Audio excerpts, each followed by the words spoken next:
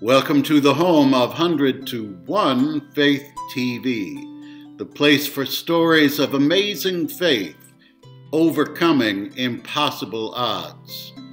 It's February 27th, 2022.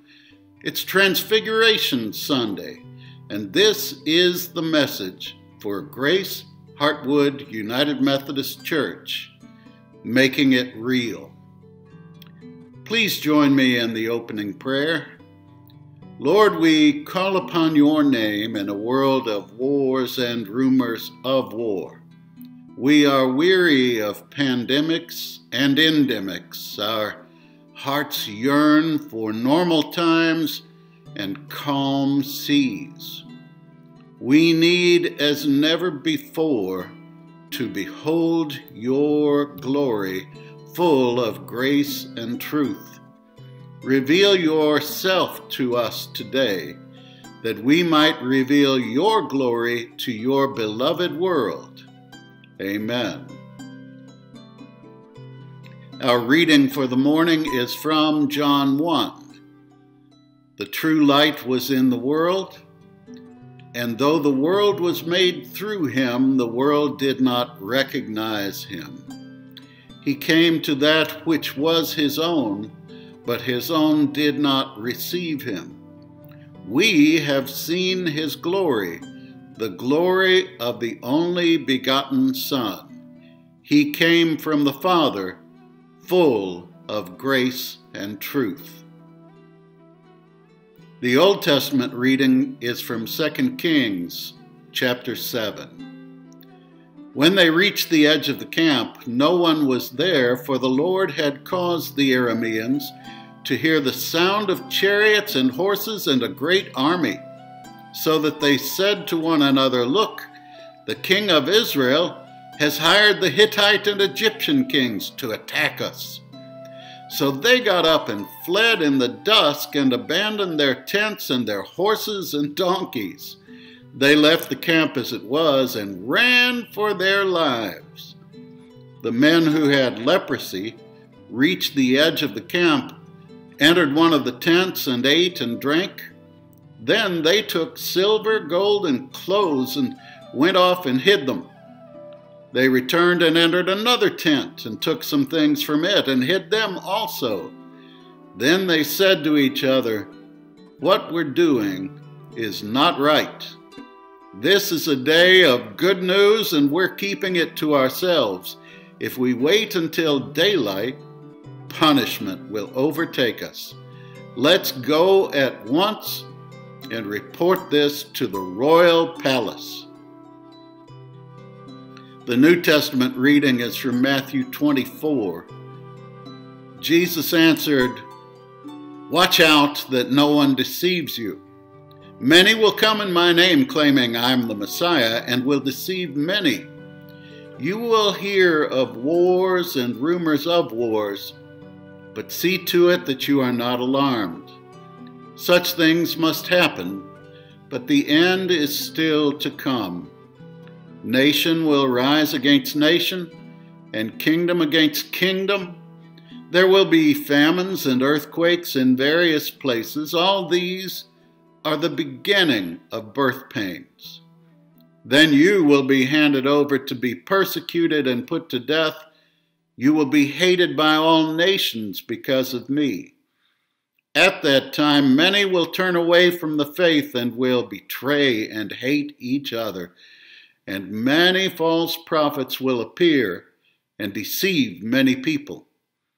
Because of the increase of wickedness, the love of most will grow cold, but the one who stands firm to the end will be saved. And this gospel of the kingdom will be preached in the whole world as a testimony to all nations, and then the end will come. I don't know who Archduke Ferdinand was. I have no idea why somebody wanted to shoot him way over in Crimea. I'm still not sure where Crimea is or what the Crimean War was all about. All I know is that somehow it led to World War I. I know that the Light Brigade charged into Crimea.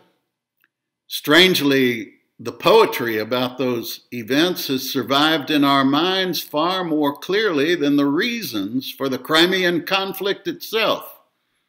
Whether you know that Alfred Lord Tennyson wrote the poem or not, you know the words and you've quoted them sometime or another without even realizing it. Half a league, half a league, half a league onward, all in the valley of death, rode the 600. Forward the light brigades, charge for the guns, he said. Into the valley of death rode the 600. Forward the light brigade. Was there a man dismayed? Not though the soldier knew someone had blundered. Theirs not to make reply, theirs not to reason why, theirs but to do and die. Into the valley of death rode the 600. Well, that's the poetic reading of the day. And that's more than I really know about the conflict. All I really know is that somehow Archduke something or other managed to get shot somewhere or another, and the next thing you know, we're plunged into World War I, and people in places like Des Moines, Iowa, and Boise, Idaho, were joining the Light Brigade to march into the valleys of death. Now, what connection could those young people have possibly had with Archduke Ferdinand? I really don't know, but I do know that before the war ended, their lives and their deaths were intertwined with his. It turns out they were all connected. 30 years later, Europe plunged into another world war, still recovering from a Great Depression. Most Americans saw themselves as having no connection with that European conflict. Not even when German U-boats began sinking United States merchant ships right within sight of our own shores, most of our citizens said, "There are wide oceans between us, and we are not part of that conflict. It has no connection to me." How curious, then, that it was an act of aggression half an ocean away, striking at ships and airplanes, that got our attention as a nation, and we realized in a flash we are all connected. Soon, people in Butte, Montana, and Bumpus, Virginia, were lining up to enlist in World War II. Many even lied about their age to get into that war. And every citizen who stayed behind here in America was part of the war effort as well. We all realized that our fates were intertwined with those half a world away. All those people were connected. A couple of years ago, there was a decidedly less dramatic moment.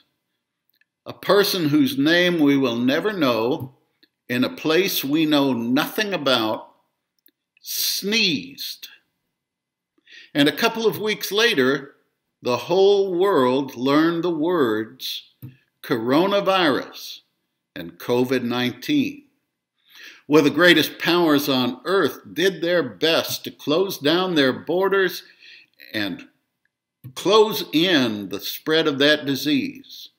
But in the end, it did no good. It turned out that our fates were all intertwined with those of somebody who sneezed half a world away. And for a while, the best advice the smart people could give us and the rest of the world was to shelter in place, hunker down, stay inside, don't go out, disconnect from everyone. It may have slowed the spread of the virus, or perhaps it did not.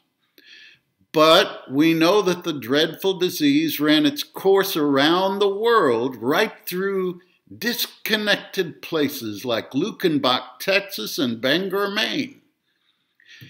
It ran through those places because we human beings cannot live life disconnected from each other. In the end, we are all connected. A couple of days ago, Russia invaded Ukraine. It wasn't a surprise. We could all see it coming. Last week, the leaders of the world were saying, "Oh, we have assurances that there will be no invasion." Well, just as sure as Chamberlain comforted the world with the good news that Hitler had decided to play nice and would not invade Poland, last week's assurances of peace were just a prelude to the truth.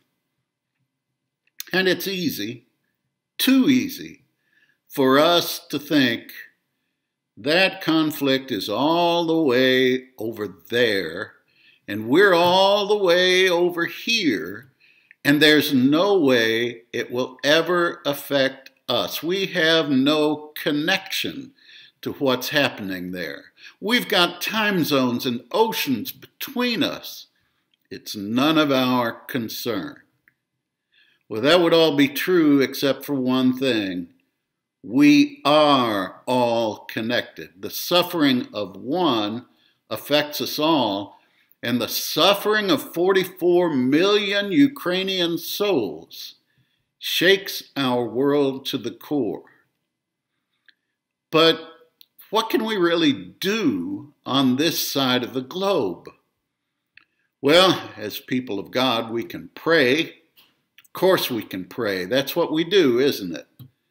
But prayer seems so small when tanks are on the move. So perhaps it's good to be reminded that this isn't the Sunday of the Ukrainian war. This is Transfiguration Sunday. This day we remember how Jesus took his disciples up on the mountain, and there he began to pray. His clothes began to shine bright as the sun, and they beheld his glory full of grace and truth. He called in some reinforcements to make his prayers even more powerful and even more real. Moses and Elijah showed up to pray at his side. Now, some say that the Transfiguration was just a vision, maybe a dream. The disciples saw something otherworldly on the mountaintop, but they couldn't stay there. They had to go back down into the valley, back to work, back to reality. I believe that reading is 100% wrong, completely backwards. Jesus didn't take them up there to see what wasn't real. The Transfiguration showed them heavenly reality, and they saw God's truth as never before. For the first time, they saw clearly. They had seen Jesus, the carpenter's kid. Now they saw Jesus the Christ, the Son of God, full of grace and truth. They saw the kind of power that they were really dealing with. And they saw that Jesus and God were intimately connected together. Don't you imagine that would change the way they thought, the way they felt, the way they talked to Jesus? You know, things like that don't happen every day, but they didn't need to see it every day. They saw it once. God pulled back the curtain, and from then on, they knew the reality. They knew the truth. On a day like this, we don't need another nice little feckless prayer for peace printed on paper. We need to call in some heavy-duty reinforcements. We need heavenly power strong enough to bring down rulers and face down tanks. Prayer is not a small weapon in the times and tides of women and men. It is the most powerful tool in our arsenal. In the days of Elijah, as we read a moment ago, prayer scattered the enemy in confusion and despair without a single shot being fired.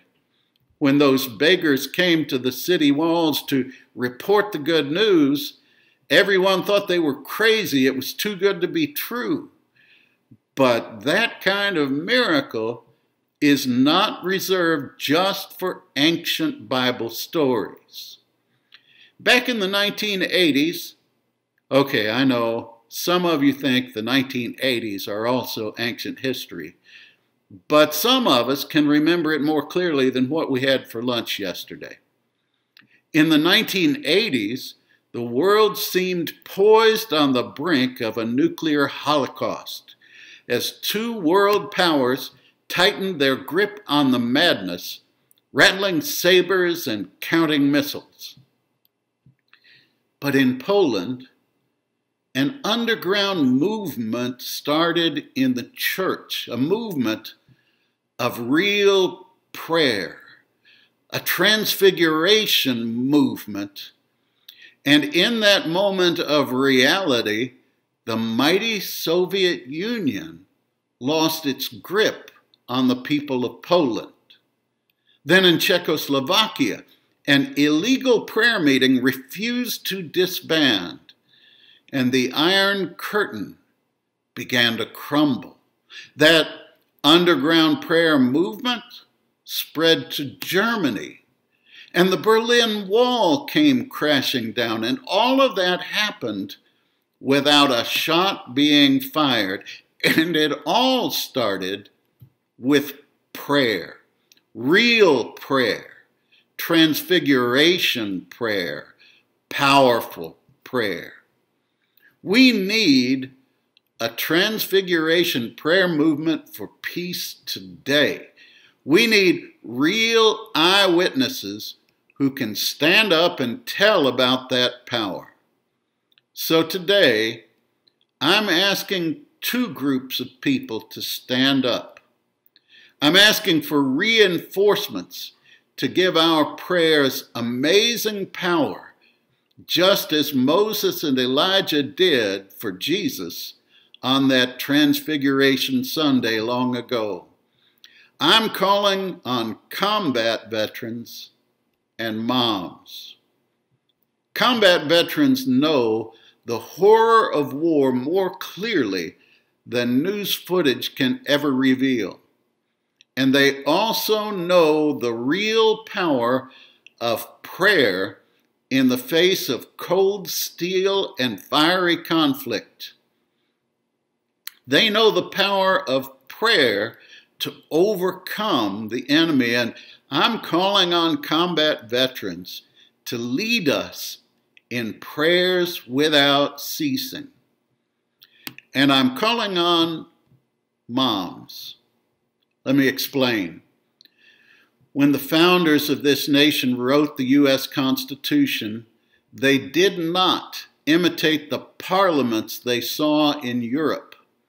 They adopted a unique system of government, a system native to this land.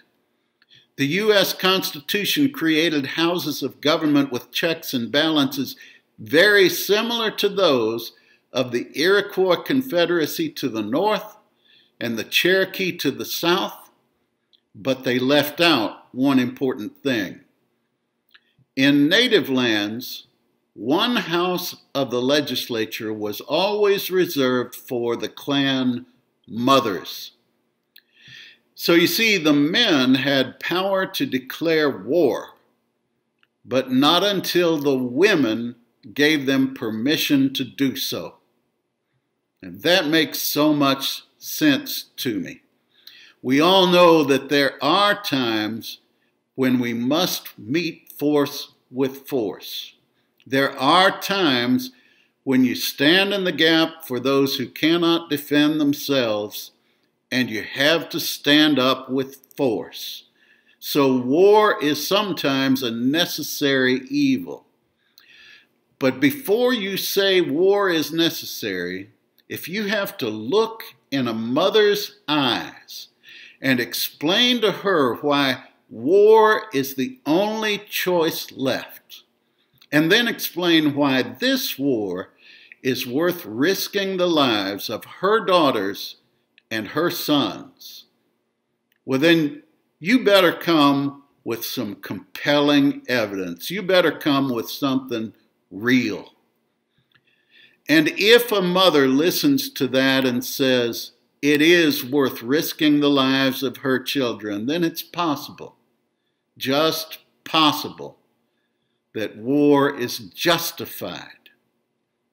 So if anyone can pull back the curtain on prayer this morning, if anyone can make it vital and real, if anyone can lead us to a transfiguration moment, it will be the ones who bore the children into this world and the veterans who feel the horror of war more than the rest. It will be the moms and the vets. I'm asking for them to step forward and lead us in prayer. And when we stand arm in arm with moms and vets to pray for peace together, then I know we've called in the big guns. We've got reinforcements rivaling Moses and Elijah. We've got a transfiguration moment going on. Our prayers will connect us with each other. Our prayers will connect us with Jesus Christ and God Himself. And we'll all be praying with transfiguration power. So look out, rulers and tyrants. Stand back, infantries and armored divisions. Because this stuff is just about to get real.